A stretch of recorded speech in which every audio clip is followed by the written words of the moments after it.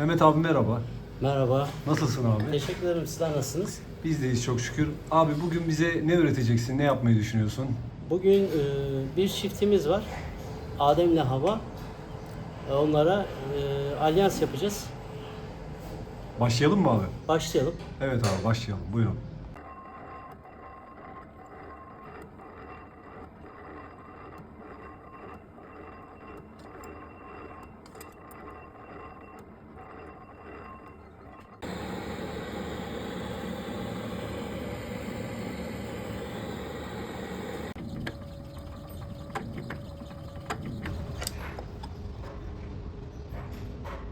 Şu an abi tam olarak ne yapıyorsun Mehmet abi? Şimdi harflerin karelerini hazırlıyorum şu anda. Şu boşluklarda harfler olacak. Şu anda adam için hazırlık yapıyorum. Yani harflerin olacağı hani kutuları hazırlıyorum şu anda.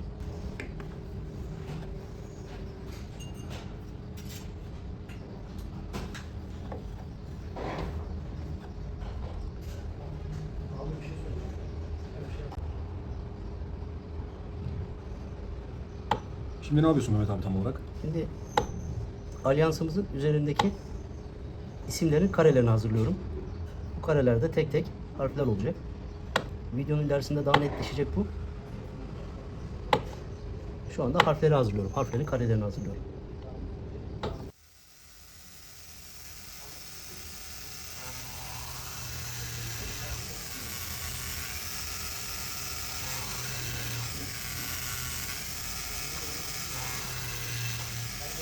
Mehmet abi şu anda yaptığın işlemden biraz bahseder misin? Şu anda harflerin üzerindeki olması gereken bazı boşluklar var. O boşlukları matkapla delip sonra testereyle boşaltacağım oraları. Harfler çıkacak.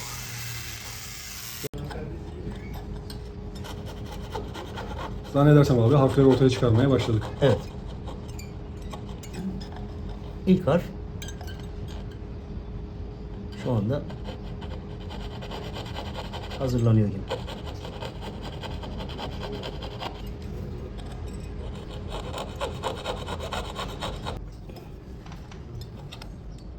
Sıra ikinci harfimizde.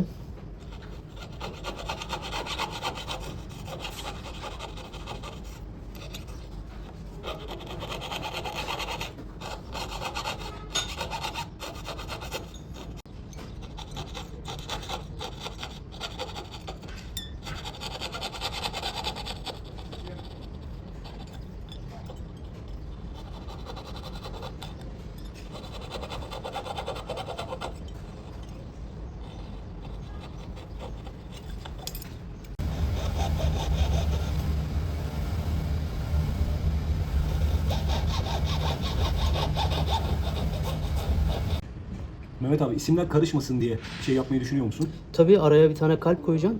Müşterimiz kalp istiyor ama bunun yerine sonsuzluk işareti gibi bunun gibi şeyler de yapabiliyoruz. Müşterimizin tercihi şu anda alyans üzerinde kalp olması. Kalp yapacağız. İki harf hem de isimler de birbirine karışmamış olacak.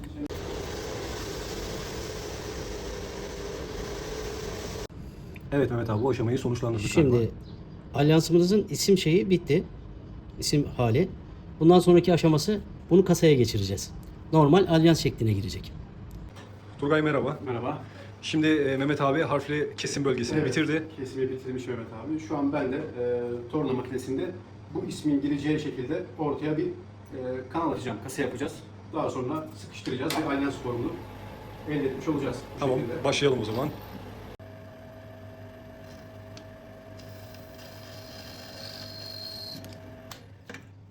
Turgay şimdi hangi işlemi Evet, yapıyorsun? şu an tornadan çıktı. Kasamızı açtık.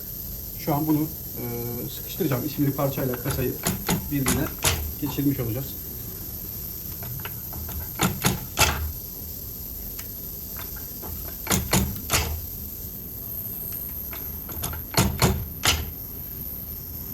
Bu şekilde geçirdim. Şimdi tekrardan müşterinin istediği boya göre büyütüyorum.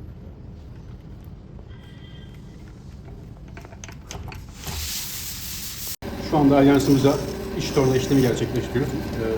Elmas bir kalemimiz var. Onun sayesinde işleri parlak çıkıyor, cilaya rahat girmiş oluyor. Arada böyle bir gaz bir maden maddeleri kullanıp rahat kesmesini sağlıyoruz madeni. Bu şekilde bitirmiş oluyoruz. Burada alyansın milimini ayarlıyoruz. Müşterimiz 6 milim istiyor. Şu an alyans 7 milim bandında geliyor. Bunu tam 6 milim olacak şekilde ayarlıyoruz. Evet, bu aşamada alyansımızın daha güzel gözükebilmesi için kenarları bomba yapıyoruz. Yine elmas kalem kullanıyoruz. Şöyle ince bir bombe görüntüsü verdik kenarına.